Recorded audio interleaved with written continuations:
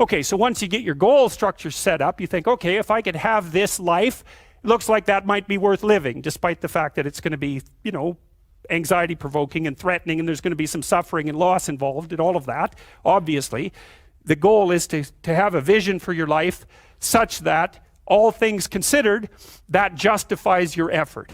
Okay, so then what do?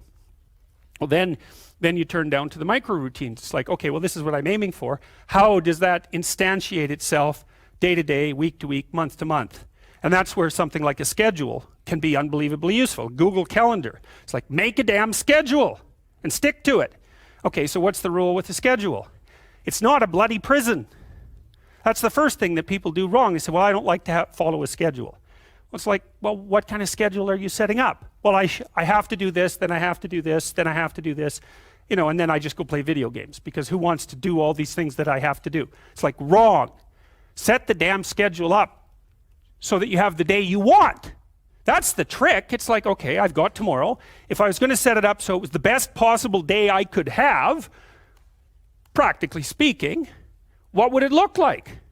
Well, then you schedule that. And obviously there's a bit of responsibility that's going to go along with that, because if you have any sense, one of the things that you're going to insist upon is that at the end of the day, you're not in worse shape than you were than at the beginning of the day, right? Because that's a stupid day.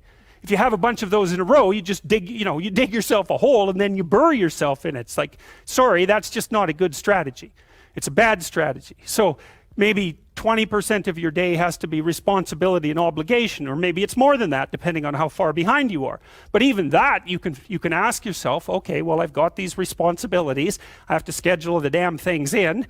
What's the right ratio of responsibility to reward? And you can ask yourself that, just like you'd negotiate with someone who is working for you. It's like, okay, you got to work tomorrow. Okay, so I want you to work tomorrow. And you might say, okay, well, what are you going to do for me that makes it likely that I'll work for you? Well, you could ask yourself that, you know. So maybe you do an hour of responsibility and then you play a video game for 15 minutes. I don't know, whatever turns your crank, man. But, you know, you have to negotiate with yourself and not tyrannize yourself. Like you're negotiating with someone that you care for, that you would like to be productive and have a good life. And that's how you make the schedule. It's like, and then you look at the day and you think, well, if I had that day, that'd be good. Great. You know, and you're useless and horrible, so you'll probably only hit it with about 70% accuracy, but that beats the hell out of 0, right? And if you hit it even with 50% accuracy, another rule is, well, aim for 51% the next week, or 50.5% for God's sake, or because you're going to hit that position where things start to loop back positively and spiral you upward. And so that's one way that you can work on your conscientiousness, is to plan a life you'd like to have.